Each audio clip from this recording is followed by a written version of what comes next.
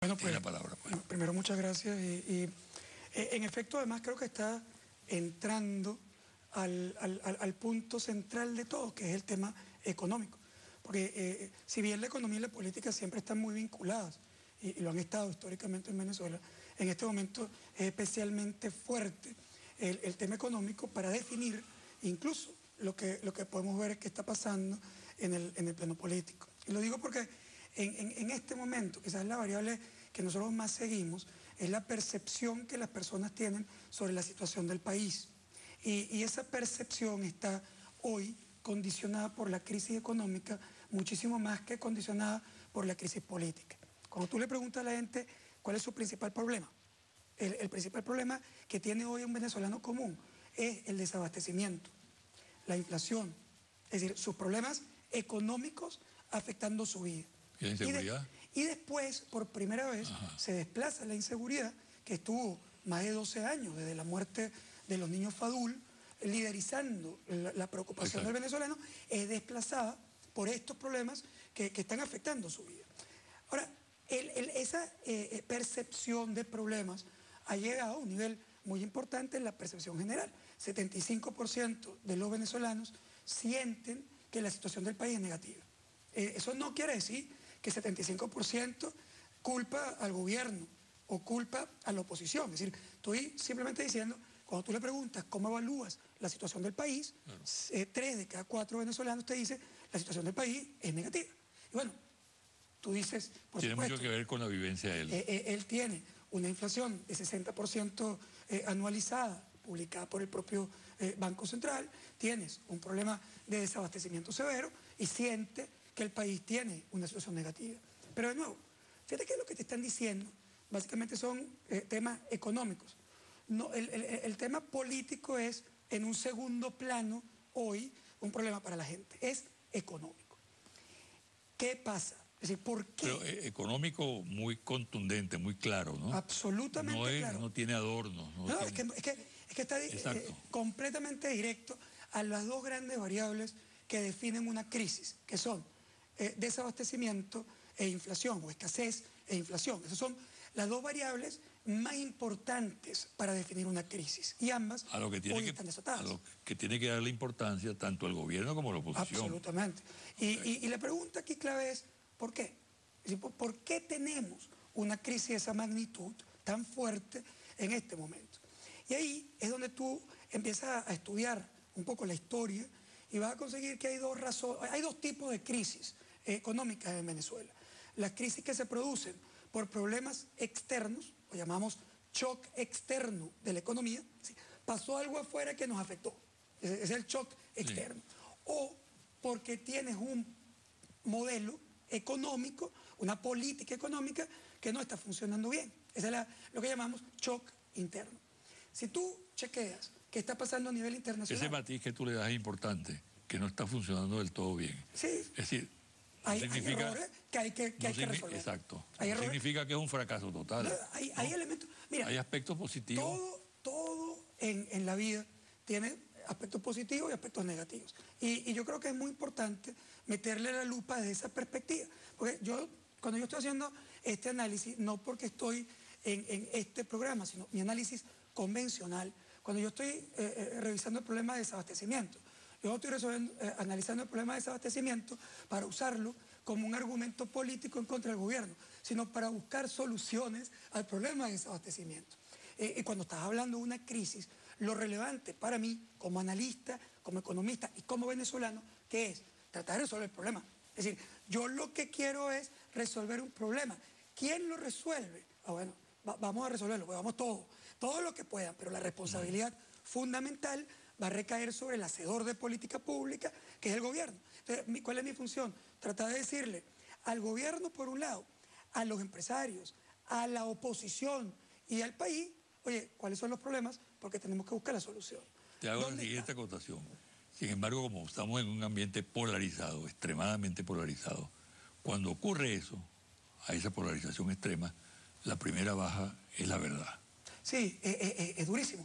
Que por cierto, yo lo he vivido durante muchos años. Yo no le tengo miedo al tema de tratar de poner los temas sobre la mesa, independientemente de que me gusten o no me guste.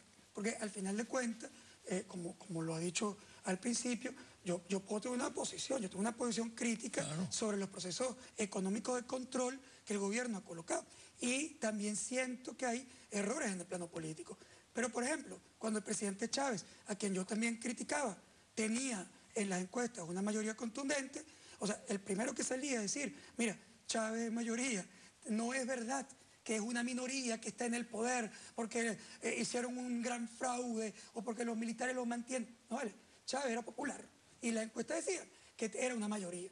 Luego podemos discutir todas las cosas negativas alrededor de eso, pero eso lo hice antes y lo hago ahora. Y lo hago, no me importa si el gobierno se pone bravo o si se pone bravo la oposición. En todo caso, el tema externo no parece estar definiendo la crisis. Nosotros no estamos aquí en una crisis, porque el mercado petrolero está, digamos, en crisis perversa, el precio del petróleo cayó dramáticamente. Ahora, como motivo de lo que ocurre, ha subido más bien. Sube. Entonces, ahí no está la crisis. Y cuando algunos amigos y colegas me dicen, bueno, pero estás desechando un tema central, que es que el gobierno se gasta fortunas en Cuba y en Petrocaribe, yo te puedo decir que en efecto, se gasta mucho dinero en Petrocaribe, si hay un costo de oportunidad en términos de exportación de petróleo, cuando tú tienes políticas de apoyo. Pero vale la pena decir que la cantidad de recursos entregadas a Cuba y a Petrocaribe en este momento es más baja que la que se entregaba hace 2 o 3 años. Es decir, más bien se ha restringido, se ha reducido por la propia situación de crisis. Y hay un segundo elemento que también es importante. Mira, supongamos que yo no estoy de acuerdo. 40.000 barriles diarios, creo. A mí, en la mitad de una crisis, no me gusta que ayudes a nadie. O sea, yo creo que nosotros necesitamos alguna ayuda y que no estamos para ayudar a nadie en este momento, porque la crisis es muy importante. Pero eso no significa que esa ayuda explique la crisis. Eso es como, yo le pongo a mis alumnos siempre... Tiene que conectar esa ayuda también con una política internacional que ha sido favorable para el gobierno. Total, pero quiero decir básicamente que incluso si lo llevo al extremo de que eso eventualmente lo rechazamos al 100%, hay un tema central, que esto es como tú tienes en tu casa un familiar que vive ahí, que come, que te vive el carro, que te pide plata prestada el fin de semana, y tú ya te pones tenso, y dices, esto no me gusta, pero no es verdad que él está quebrando tus finanzas. Si tú quebraste, no es por eso. Entonces, ¿dónde está la razón?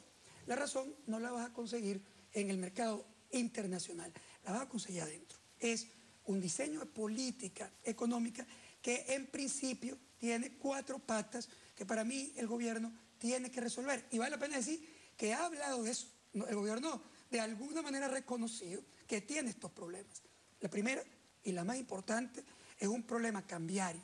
La política cambiaria de controles y de sobrevaluación en el tipo de cambio es incorrecta. Y lo ha dicho de alguna manera el vicepresidente Ramírez cuando en Londres hace apenas unos días. Lo puso recientemente. Lo dice, necesitamos caminar urgentemente a una unificación cambiaria. Exacto, cambio único. Ya entra el gobierno, te está diciendo, yo ya sé que esto no funciona. A lo mejor... Esto forma parte de la flexibilización absolutamente, de la política. Y que es urgente. Que es una palabra muy importante en este momento. Absolutamente. Flexibilizar. La segunda pata tiene que ver con los controles de precios. La tercera pata con las expropiaciones, que por cierto, durante el gobierno de Maduro se han parado. No ha habido un crecimiento importante en las expropiaciones de empresas, incluso han habido algunos acuerdos que yo más bien califico en positivo. Pero las expropiaciones que se ejecutaron en los últimos 16 años han tenido impactos negativos sobre la economía. Y esto no es un tema ideológico, es un tema pragmático. Yo te agregaría que fueron en buena parte injustos también.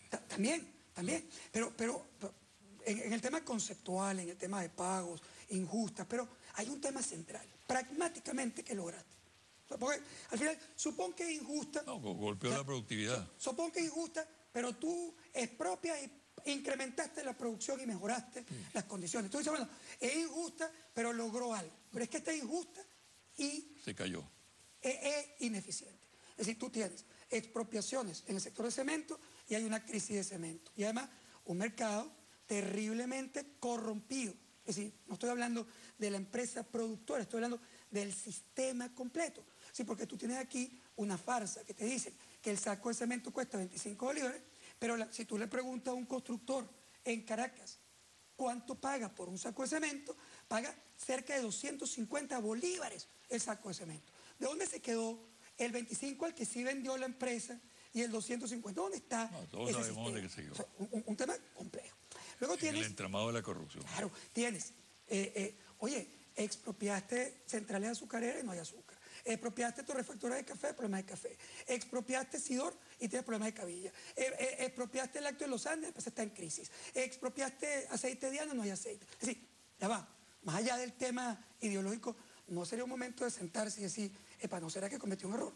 Y la cuarta pata es la pata... Te advierto, para mí no es un problema ideológico, sí, sino de una gran ineficacia. Absolutamente. ¿No? Y luego el tema laboral, a ver, ahí también la legislación que buscó unas mejoras para el trabajador tiene incorporado algunos elementos que son de inflexibilidad productiva que complican el proceso y que, por cierto, de nuevo, así como critico esa ley que no está bien planteada y que lejos de ayudar a los trabajadores ha generado estímulos negativos, hay sí algún avance reciente en el gobierno que se ha dado cuenta que ha tenido que negociar un poco con el sector privado y hemos visto alguna flexibilización en las entregas de calificaciones de despido porque era completamente absurdo mantener a trabajadores que estaban realmente aprovechándose de esa condición e impidiendo que las empresas funcionaran, y el Ministerio del Trabajo ha sido un poco más flexible en ese sistema. Pero bueno, esto explica que,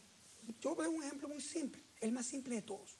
Lo primero, si tú estás vendiendo dólares a 6.30, que es un valor absolutamente absurdo del tipo de cambio. Virtual. Si yo le digo aquí a los televidentes de tu programa, mira, voy a estar aquí afuera en Televen vendiendo dólares a 6.30, ¿quién los quiere? La cola que voy a tener ahí es mucho más grande que la cola de un mercal. O sea, todo el mundo quiere un dólar a 6.30. ¿Por qué? Porque ese no es el valor del dólar. Si yo estoy entregando a 6.30, estás hiperestimulando la demanda de divisas y la demanda de importaciones. Y por otro lado, estás obligando a PDVSA a vender sus dólares a 6.30. Y cuando tiene que pagar a los trabajadores, ¿con qué bolívares los paga? En una inflación del 60%. ¿Con qué paga los suplidores? ¿Con qué paga las misiones que son tan importantes para el país y para el gobierno? No puede, porque no le alcanza con 6.30 dólares por dólar. Entonces creas un hueco de más de 10% del PIB que lo financia el Banco Central para que PDVSA pueda funcionar. Y cuando lo financia el Banco Central, generas dinero inorgánico que presiona la inflación y el desabastecimiento. Una visión práctica del presidente Maduro explicaría esos cambios que tú observas. Yo creo que el gobierno de entrada ha hablado en dirección correcta. Es decir, las primeras reuniones, incluso yo diría desde que Maduro llegó. Maduro llega e inmediatamente nombra a Merentes ministro de Finanzas, que era un mensaje para tratar de decirle al mercado, mira, los planteamientos más radicales encabezados en Jordani, que ahora sale del juego totalmente, esa visión más controladora que llevaba el plano de que el sector privado era malo, que no se le podían dar recursos, que había que sustituirlo completo, que el tipo de cambio había que mantenerlo completamente controlado. De alguna manera Maduro, cuando nombra a Merentes, está tratando de mandar un mensaje al mercado de que va a buscar un actor que se pueda relacionar mejor con el sector productivo. Y así lo leyó el mercado, tanto internacional como local, lo leyó mejor. Ahora, ¿qué ocurrió? Que en el camino han pasado muchas ofertas que parecen positivas, que son positivas, pero que no se implementaron. ¿Sí? Se ofreció, bueno, creo que aquí estuvo sentado en esta silla el presidente del Banco Central, en ese momento ministro de Finanzas, y ofreció unas cosas que eran las que al final van a terminar pasando. Es decir, él lo ofreció aquí en tu programa hace casi un año y la verdad es que están pasando o empiezan a pasar en este momento. Bueno, ¿qué pasó en ese año? ¿Por qué no ocurrieron? Si de todas maneras la vas a hacer. Bueno, eso... Bueno, fue un buen presagio. Es lo que el mercado, le cobra. Exacto. Lo que el mercado le cobra es, oye, yo creo que tú has dicho cosas que son positivas, que son optimistas en términos de mejorar las cosas que no están funcionando, pero no se han ejecutado. Y ahí tienen las grandes preguntas de por qué. Vamos a hacer una pausa. Y al regreso